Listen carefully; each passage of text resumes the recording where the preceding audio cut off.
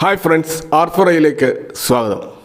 American മാർക്കറ്റിൽ നടക്കുന്ന ഓരോ ചെറിയ ചലനങ്ങൾ പോലും വലിയ ഇമ്പാക്റ്റ് ഉണ്ടാക്കുന്ന ഒരു മാർക്കറ്റായിരുന്നു നമ്മുടെ ഇന്ത്യൻ മാർക്കറ്റ്. എന്നാൽ ഇപ്പോൾ കാര്യങ്ങൾ അങ്ങനെയല്ല നടക്കുന്നത് നമുക്ക് മനസ്സിലാക്കാൻ കഴിയും. ഇപ്പോൾ ലാസ്റ്റ് ട്രേഡിംഗ് ഡേ US മാർക്കറ്റിലെ മേജർ ഇൻഡെക്സുകളെല്ലാം വലിയ തോതിൽ സ്ലിപ്പായിരുന്നു. ഡൗ ജോൺസ് 971 പോയിന്റ് താഴോട്ടേക്ക് പോയി, S&P 500 124 പോയിന്റ് താഴോട്ടേക്ക് പോയി, നാസ്ഡാക്ക് 415 പോയിന്റ് താഴോട്ടേക്ക് പോയി. അപ്പോൾ ഇത്തരത്തിലൊരു 2% ഡൗൺ ആയിട്ടുള്ള ഒരു നെഗറ്റീവ് ക്ലോസിംഗ് ആണ് അമേരിക്കൻ മാർക്കറ്റിൽ ഇന്നലെ ഉണ്ടായത്. അപ്പോൾ വളരെ മോശമായിട്ടുള്ള ഒരു ഗ്ലോബൽ ക്യൂസ് ഉണ്ടായിട്ട് പോലും നമ്മുടെ ഇന്ത്യൻ മാർക്കറ്റ് ഇന്ന് മോർണിംഗ് ഓപ്പൺ ചെയ്തത് ഒരു ഗ്യാപ്പ് അപ്പ് പോസിറ്റീവ് ഓപ്പണിംഗ് ആണ്. 24,185 എന്ന ലെവലിലാണ് നിഫ്റ്റി ഓപ്പൺ ചെയ്തത്. അത് ഏകദേശം 60 പോയിന്റിന്റെ ഒരു ഗ്യാപ്പ് അപ്പ് ആണ്. കൂടാതെ ഇൻട്രാഡേ ഹൈയിൽ 24,242 വരെ പോകാനും നിഫ്റ്റിക്ക് കഴിഞ്ഞിരുന്നു. എങ്കിൽ പോലും അമേരിക്കൻ മാർക്കറ്റിൽ നടന്നുകൊണ്ടിരിക്കുന്ന അനിശ്ചിതത്വങ്ങൾ തീർച്ചയായിട്ടും നേരിയ തോതിലെങ്കിലും ഇന്ത്യൻ മാർക്കറ്റിനെ ബാധിക്കാതിരിക്കില്ല. അപ്പോൾ ഇന്നലെ അമേരിക്കയിൽ യഥാർത്ഥത്തിൽ ഉണ്ടായത് ഡൊണാൾഡ് ട്രംപും US ഫെഡ് റിസർവ് ചെയർപേഴ്സൺ ആയിട്ടുള്ള ജെറോം പൗലുമായിട്ടുള്ള ഒരു ആശയ സമരമാണ് എന്ന് വേണമെങ്കിൽ നമുക്ക് പറയാം. ഇപ്പോൾ ഡൊണാൾഡ് ട്രംപ് തൻ്റെ സോഷ്യൽ മീഡിയയിൽ ഈ പവലിനെതിരെ നടത്തിയ ചില പരാമർശങ്ങളാണ് മൊത്തത്തിൽ സ്റ്റോക്ക് മാർക്കറ്റിൽ ആശയക്കുഴപ്പം സൃഷ്ടിച്ചത്. അപ്പോൾ ഡൊണാൾഡ് ട്രംപ് നിരന്തരമായിട്ട് ഫെഡ് റിസർവ് ചെയർപേഴ്സൺ ആയിട്ടുള്ള ജെറോം പവലിൻ്റെ മുകളിൽ ശക്തമായ സമ്മർദ്ദം ചെലുത്തിക്കൊണ്ടേയിരിക്കുകയാണ്. അപ്പോൾ ട്രംപിനെ സംബന്ധിച്ചിടത്തോളം വളരെ പെട്ടെന്ന് തന്നെ ഒരു റേറ്റ് കട്ട് നടത്തണമെന്നതാണ് അദ്ദേഹത്തിൻ്റെ ആവശ്യം. അപ്പോൾ പവൽ അതിന് തയ്യാറാകുന്നില്ല. അപ്പോൾ ട്രംപ് അദ്ദേഹത്തെ വിശേഷിപ്പിക്കുന്നത് മിസ്റ്റർ ലേറ്റ് എന്നാണ്. അപ്പോൾ പവലിൻ്റെ സമീപനം ഇങ്ങനെയാണെങ്കിൽ അദ്ദേഹത്തെ ഉടൻ തന്നെ ആ പൊസിഷനിൽ നിന്ന് നീക്കം ചെയ്യുമെന്ന ഒരു വാണിംഗ് കൂടി അദ്ദേഹം തൻ്റെ പോസ്റ്റിൽ പറയുന്നുണ്ട്. അപ്പോൾ നമ്മൾ മനസ്സിലാക്കേണ്ട ഒരു കാര്യം, ഇത്തരം വളരെ ഇമ്പോർട്ടൻ്റ് ആയിട്ടുള്ള വളരെയധികം ഇമ്പാക്റ്റ് ഉണ്ടാക്കുന്ന ഇത്തരം കാര്യങ്ങൾ ഒരു ഫേസ്ബുക്ക് പോസ്റ്റിലൂടെയാണോ പറയുക എന്നുള്ളതാണ്. അപ്പോൾ അത്രമാത്രം ഇമ്മച്യൂർഡ് ആയിട്ടുള്ള ഒരു ബിഹേവിയറാണ് ലോകത്തിലെ ലാർജസ്റ്റ് എക്കണോമിയുടെ തലവൻ്റെ ഭാഗത്ത് നിന്ന് വരുന്നത് എന്നുള്ളത് തികച്ചും നിരാശ ഉണ്ടാകുന്ന ഒരു കാര്യമാണ്. അപ്പോൾ നമുക്കറിയാം ട്രംപിൻ്റെ സ്വഭാവം ഇങ്ങനെയാണ് അദ്ദേഹത്തിന്. അപ്പോൾ അദ്ദേഹം ഇതിലും മോശമായിട്ടും ഇതിലപ്പുറവും നമുക്ക് പ്രതീക്ഷിക്കേണ്ടി വരും. അപ്പോൾ കഴിഞ്ഞ ആഴ്ച ചിക്കാഗോയിൽ നടന്ന ഒരു സ്പീച്ചിൽ ഈ ട്രംപിൻ്റെ ഈ അഗ്രസീവായിട്ടുള്ള ഈ ട്രേഡ് പോളിസിയെ പവൽ വിമർശിച്ചിരുന്നു.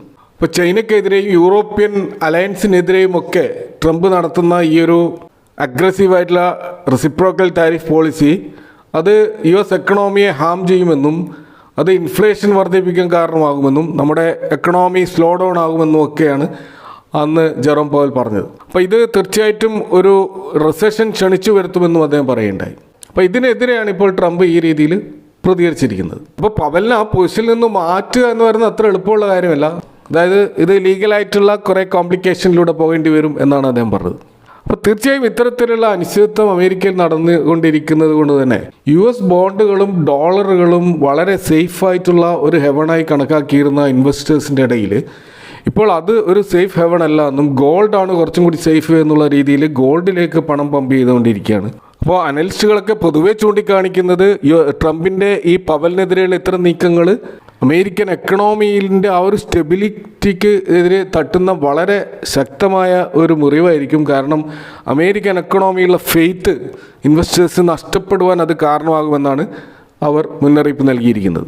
അപ്പോൾ US മാർക്കറ്റിൽ നടക്കുന്ന ഇത്തരം പ്രശ്നങ്ങൾ അതിന് ആ വിഷയങ്ങൾ പൂർണ്ണമായിട്ടും അവഗണിച്ചുകൊണ്ടാണ് ഇന്ന് നമ്മുടെ മാർക്കറ്റിലെ ഒരു പോസിറ്റീവ് ക്ലോസ് നടന്നിരിക്കുന്നത്. ഇന്ന് നമ്മൾ നോക്കുമ്പോൾ സെക്ടോറൽ ഇൻഡെക്സിൽ IT ഇൻഡെക്സ് മാത്രമാണ് പ്രധാനമായിട്ടും നെഗറ്റീവിൽ ക്ലോസ് ചെയ്തത്. ഇന്നലെ നമുക്കറിയാം IT ഇൻഡെക്സ് 2% കൂടുതൽ ഒരു റാലി അവിടെ നടന്നിരുന്നു. പക്ഷേ ആ റാലി യഥാർത്ഥത്തിൽ ഒരു ലോജിക്കൽ അല്ലാത്തൊരു റാലിയായിരുന്നു. കാരണം US ഓൾറെഡി ഇത്തരം പ്രശ്നങ്ങളുണ്ടെന്നും അതുകൂടാതെ ഇന്ത്യൻ കമ്പനികളൊക്കെ അതിൻ്റെ റിസൾട്ടുകൾ പ്രസിദ്ധീകരിച്ചു കൊണ്ട് പറഞ്ഞത് അവരുടെ ഫ്യൂച്ചർ ഗൈഡൻസ് അത്ര നല്ലതായിരിക്കില്ല എന്ന രീതിയിലുള്ള റിപ്പോർട്ടുകളാണ് വന്നത്.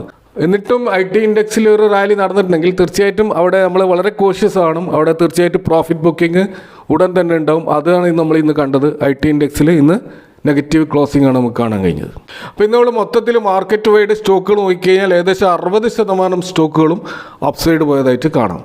അപ്പോൾ നമ്മുടെ മാർക്കറ്റിൻ്റെ ആ ഒരു പോസിറ്റീവ് മൊമെൻറ്റം പുറകോട്ട് പോയിട്ടില്ല എന്ന് ഇത് വ്യക്തമാക്കുകയാണ്. ഇനി മറ്റൊരു വിഷയത്തിലേക്ക് വരികയാണെങ്കിൽ NSEയുടെ ഒരു ഡാറ്റ പറയുന്ന ഒരു കാര്യം പരിശോധിച്ചാൽ ഇന്ത്യയിലെ ലീഡിംഗ് ആയിട്ടുള്ള ഡിസ്കൗണ്ട് ബ്രോക്കറേജ് ഫേമുകൾ അവരുടെ ആക്റ്റീവ് ക്ലയൻസിൽ വലിയൊരു ഡിക്ലൈനാണ് മാർച്ച് ക്വാർട്ടറിൽ കാണുന്നതെന്നാണ് ആ റിപ്പോർട്ട്. അതായത് ഡിസംബർ ക്വാർട്ടറിൽ 5.02 കോടി ആക്റ്റീവ് ക്ലയൻസ് ആണ് ഉണ്ടായിരുന്നെങ്കിൽ അതിപ്പോൾ മാർച്ച് ക്വാർട്ടറിൽ കുറഞ്ഞിട്ട് 4.92 കോടിയായിട്ട് ഏകദേശം 9.62 ലക്ഷത്തിൻ്റെ ആക്റ്റീവ് ക്ലയൻസിൻ്റെ കുറവാണ് ഉണ്ടായിട്ടുള്ളത്. അതായത് ഡിമാറ്റ് അക്കൗണ്ട് വഴി സ്റ്റോക്ക് ട്രേഡ് ചെയ്യുന്നവരുടെ എണ്ണം കുറഞ്ഞിട്ടുണ്ട് എന്നാണ് നമുക്ക് ഇവിടെ നിന്ന് മനസ്സിലാക്കാൻ കഴിയുന്നത്. അപ്പോൾ ഈ കുറവിൽ 80% കുറവ് വന്നിട്ടുള്ളത് 4 പ്രധാനപ്പെട്ട ലീഡിംഗ് ബ്രോക്കറേജ് ഹൗസുകളുടെ അക്കൗണ്ടിലാണ്. അതിലൊന്ന് grow, Zerodha, Angel one, Upstox. ഈ 4 ബ്രോക്കറേജ് ഹൗസുകളുടെ അക്കൗണ്ടിലാണ് മൊത്തത്തിലുള്ള കുറവിൻ്റെ 80% വന്നിട്ടുള്ളത് എന്നാണ് നമുക്ക് ഡാറ്റകളിൽ നിന്ന് മനസ്സിലാകുന്നത്. ഇപ്പോൾ ഇന്ത്യയിലെ ഏറ്റവും ലാർജസ്റ്റ് ബ്രോക്കറേജ് ഫേമായിട്ടുള്ള ഗ്രോ എടുക്കുകയാണെങ്കിൽ അവിടെ അവരുടെ പ്രീവിയസ് ക്വാർട്ടറിൽ 1.32 കോടിയായിരുന്നത് ഇപ്പോൾ 1.29 കോടിയായിട്ട് കുറഞ്ഞിട്ടുണ്ട്. അതായത് 2.37 ലക്ഷത്തിൻ്റെ ഒരു കുറവാണത്. അതേപോലെ സെറോദ നോക്കുകയാണെങ്കിൽ 81.2 ലക്ഷം ഉണ്ടായിരുന്ന അവരുടെ ആക്റ്റീവ് ക്ലയൻസ് ഇപ്പോൾ 78.89 ആയിട്ട് കുറഞ്ഞിട്ടുണ്ട്. അതായത് 2.31 ലക്ഷത്തിൻ്റെ ഒരു കുറവാണ് അവിടെ ഉണ്ടായിട്ടുള്ളത്. ഇനി ഏഞ്ചൽ വൺ എടുക്കുകയാണെങ്കിൽ അവരുടെ 77.54 ലക്ഷം ആക്റ്റീവ് ക്ലയൻസ് ഉണ്ടായിരുന്ന സ്ഥാനത്ത് ഇപ്പോൾ 75.78 ആയിട്ട് കുറഞ്ഞതായിട്ട് കാണാൻ കഴിയും. അതായത് 1.76 ലക്ഷത്തിൻ്റെ ക്ലയൻറ്റിൻ്റെ കുറവാണ് അവിടെ ഉണ്ടായിട്ടുള്ളത്. ഇനി അപ്സ്റ്റോക്സ് എടുക്കുകയാണെങ്കിൽ 28.87 ലക്ഷം ഉണ്ടായിരുന്ന അപ്സ്റ്റോക്സിൻ്റെ ക്ലയൻറ്റ് ബേസ് ഇപ്പോൾ 27.47 ആയിട്ട് കുറഞ്ഞിട്ടുണ്ട്. ഏകദേശം 1.39 ലക്ഷത്തിൻ്റെ ക്ലയൻറ്റിൻ്റെ കുറവാണ് അവിടെ നമുക്ക് കാണാൻ കഴിയുന്നത്. ഇതേപോലെ പല ചെറിയ ചെറിയ ഡിസ്കൗണ്ട് ബ്രോക്കറേജിൻ്റെ ഒക്കെ ക്ലയൻസിൽ കുറവ് വന്നിട്ടുണ്ട്. ഇപ്പോൾ 5 paisa capital, Paytm money, Sharekhan, Mirae asset capital markets, അതുപോലെ Kotak securities, Alice Blue, Motilal Oswal financial services, IIFL, SMC global, Samco securities, Fyers securities, Finvasia, Nuvama wealth, Axis securities പോലെയുള്ള ഈ ബ്രോക്കറേജ് ഹൗസുകളൊക്കെ ക്ലയൻറ്റ് ബേസിൽ കുറവ് വന്നിട്ടുണ്ട്. എന്നാൽ അപൂർവം ചില ബ്രോക്കറേജ് ഹൗസുകളുടെ ക്ലയൻറ്റിൽ നേരിയ വർധനവും ഉണ്ടായിട്ടുണ്ട്. അതിലൊന്ന് HDFC സെക്യൂരിറ്റീസ് ആണ്. അവരുടെ 14.21 ലക്ഷം കഴിഞ്ഞ ക്വാർട്ടറിൽ ഉണ്ടായിരുന്നു. ഇപ്പോൾ 15.2 ലക്ഷം വർദ്ധിച്ചതായിട്ട് കാണാം. ഏകദേശം 1 ലക്ഷത്തിൻ്റെ വർധനവും അവരുടെ ക്ലയൻറ്റ് ബേസിൽ ഉണ്ടായിട്ടുണ്ട്. അതുപോലെ ഇന്ത് മണി എന്ന് പറയുന്ന ആപ്പിൽ ഇപ്പോൾ 8.36 ലക്ഷം ക്ലയൻറ്റ് കാണാം. ഏകദേശം 44,000 ക്ലയൻറ്റിൻ്റെ ഒരു വർധനം അവിടെ ഉണ്ടായിട്ടുണ്ട്. അതുപോലെ ധൻ ആപ്പിൽ 9.72 ലക്ഷം ക്ലയൻസ് കാണാം. അതായത് 39,000 ക്ലയൻസിൻ്റെ ഒരു വർധനം അവിടെ ഉണ്ടായിട്ടുണ്ട്. അതുപോലെ ഫോൺ പേയുടെ ബ്രോക്കറേജ് പ്ലാറ്റ്ഫോമായിട്ടുള്ള ഷെയർ മാർക്കറ്റ് എന്ന ബ്രോക്കറേജ് പ്ലാറ്റ്ഫോമിലെ ക്ലയൻസിൻ്റെ എണ്ണം ഇപ്പോൾ മൊത്തത്തിൽ 3.55 ലാക്സ് ആയിട്ടുണ്ട്. ഏകദേശം 33,000 ഒരു വർധനവ്. കൂടാതെ മറ്റ് ചെറിയ ബ്രോക്കറേജ് ഫേമുകളായിട്ടുള്ള trade smart, new investors technology, market pulse securities, universe stock broking, Bajaj finance securities, choice equity broking, yes securities പോലെയുള്ള പല ബ്രോക്കറേജ് ഹൗസുകളും നേരിയ വർധനവ് അവരുടെ ക്ലയൻറ്റിൽ ഉണ്ടായിട്ടുണ്ട്. എന്നാൽ മൊത്തത്തിലുള്ള ആക്റ്റീവ് ക്ലയൻറ്റിൻ്റെ എണ്ണം NSE ഡാറ്റ പ്രകാരം അത് 9.62 ലക്ഷം താഴോട്ടേക്കാണ് വന്നിട്ടുള്ളത്. അപ്പോൾ കോവിഡിന് ശേഷം ഉണ്ടായിട്ടുള്ള ആ ബുൾ മാർക്കറ്റിൽ ധാരാളം പുതിയ ബിഗിനർ ഇൻവെസ്റ്റേഴ്സ് മാർക്കറ്റിലേക്ക് കടന്നു വന്നിരുന്നതായിട്ട് നമുക്കറിയാം. എന്നാൽ അവർ ഒരിക്കലും ഇതുവരെ ഒരു ബെയർ മാർക്കറ്റോ ഒരു സൈഡ് വൈസ് മാർക്കറ്റോ എക്സ്പീരിയൻസ് ചെയ്യാത്തത് കൊണ്ട് തന്നെ ഈ 2024 ഒക്ടോബറിന് ശേഷം ആരംഭിച്ചിട്ടുള്ള നമ്മുടെ മാർക്കറ്റിലെ ഡൗൺ ട്രെൻഡ് അല്ലെങ്കിൽ ഒരു സൈഡ് വേസ് മാർക്കറ്റ് അവരെ തീർച്ചയായിട്ടും നിരാശപ്പെടുത്തിയിട്ടുണ്ട്. അതുകൊണ്ടാണ് ഓവറോൾ ആയിട്ടുള്ള ഈ ഒരു ഡിക്ലൈൻ ആക്റ്റീവ് ക്ലയൻറ്റ് ബേസിൽ നമുക്ക് കാണാൻ കഴിയുന്നത്. അപ്പോൾ ഇനിയൊരു പുതിയൊരു ബുൾ മാർക്കറ്റ് വന്നാൽ മാത്രമേ ഈ ക്ലയൻറ്റ് ബേസ് ഇനി വർദ്ധിക്കുകയുള്ളൂ എന്നാണ് നമുക്ക് ഇതിൽ നിന്ന് മനസ്സിലാക്കാൻ കഴിയുന്നത്.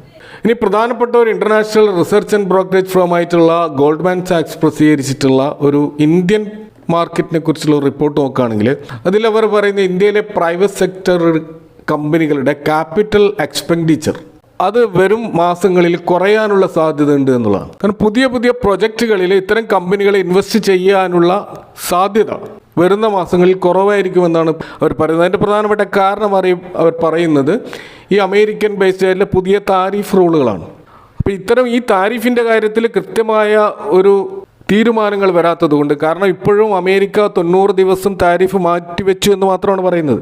അപ്പോൾ 90 ദിവസം കഴിഞ്ഞാൽ വീണ്ടും ഈ താരിഫുമായി റിലേറ്റഡ് ആയിട്ടുള്ള അനിശ്ചിതത്വം നിലവിൽ മാർക്കറ്റിലുണ്ടാവും.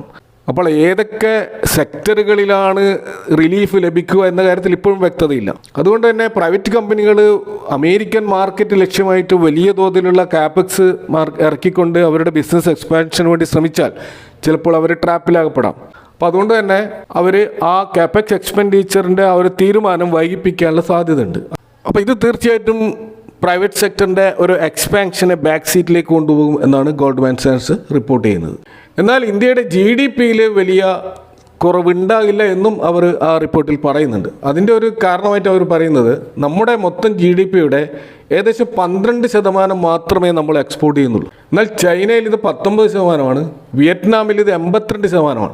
അപ്പോൾ നമ്മുടെ എക്സ്പോർട്ട് യഥാർത്ഥത്തിൽ കുറവാണ്. പക്ഷേ അമേരിക്കയിൽ നമ്മൾ നടത്തുന്ന എക്സ്പോർട്ട് എന്ന് പറയുന്നത് കുറച്ചുകൂടി ഹൈ പെർസെൻറ്റേജാണ്. അത് 17.7%. അപ്പോൾ ഇതുകൂടാതെ മറ്റൊരു പ്രധാനപ്പെട്ട കാരണം ഗോൾഡ്മാൻ സാക്സ് മുന്നോട്ട് വെക്കുന്നത് ഗവൺമെൻറ്റിൻ്റെ എക്സ്പെൻഡിച്ചറും കുറഞ്ഞു വന്നിട്ടുണ്ട് എന്നുള്ളതാണ്. അപ്പോൾ മൊത്തത്തിൽ പബ്ലിക് സെക്ടറിലും പ്രൈവറ്റ് സെക്ടറിലും ക്യാപിറ്റൽ എക്സ്പെൻഡിച്ചർ കുറയുന്നത് പല ഇൻഫ്രാസ്ട്രക്ചർ കമ്പനികളിലും ഇൻവെസ്റ്റ് ചെയ്യുമ്പോൾ വളരെയധികം ശ്രദ്ധിക്കണമെന്നാണ് നമ്മൾ മനസ്സിലാക്കേണ്ടത്. കാരണം ഇൻഫ്രാസ്ട്രക്ചർ കമ്പനികളിലെ ഓർഡർ ബുക്കുകൾ കുറയാൻ സാധ്യതയുണ്ട്. അതുപോലെ ക്യാപിറ്റൽ ഗുഡ്സ് കമ്പനികളുടെയും ഓർഡർ ബുക്കുകൾ കുറയാൻ സാധ്യതയുണ്ട്. അപ്പോൾ അത് അവരുടെ ഏണിങ്സിനെ ബാധിക്കും. അപ്പോൾ അത്തരം കാപെക്സ് എക്സ്പാൻഷൻ്റെ നേരിട്ടുള്ള ഗുണഫലം അനുഭവിക്കുന്ന കമ്പനികളിൽ നിന്നും നമ്മൾ വളരെ കോഷ്യസ് ആയിട്ടുള്ള ഒരു സ്റ്റാൻഡ് എടുക്കണമെന്നാണ് ഈ ഒരു റിപ്പോർട്ടിൽ നിന്ന് നമുക്ക് മനസ്സിലാക്കാൻ കഴിയുന്നത്. ഏതായാലും ഈ വിഷയവുമായി ബന്ധപ്പെട്ടുള്ള നിങ്ങളുടെ അഭിപ്രായങ്ങളും കമൻറ്റുകളും അറിയിക്കുക. Thanks for watching. See you next time with another video.